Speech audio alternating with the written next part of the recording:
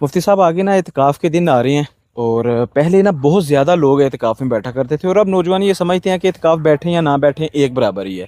تو اعتکاف کی کوئی خاص فضیلت ہے تو بیان کر دیں۔ ہاں بالکل جی، کیوں نہیں جی۔ رمضان المبارک کی عبادات میں سے ایک خوبصورت عبادت اعتکاف ہے۔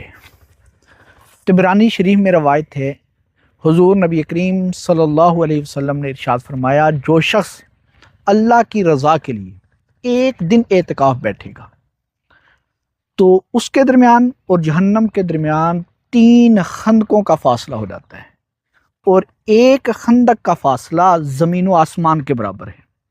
جو شخص اعتکاف بیٹھتا ہے 10 دن تو 30 خندقیں بن جائیں گی اس کے درمیان اور جہنم کے درمیان، تو ایک خندق کا فاصلہ زمین و آسمان کے برابر ہے۔ اور حضور نبی کریم صلی اللہ علیہ وسلم کا معمول تھا ہر سال رمضان کے آخری عشرے میں اعتکاف فرمایا کرتے تھے۔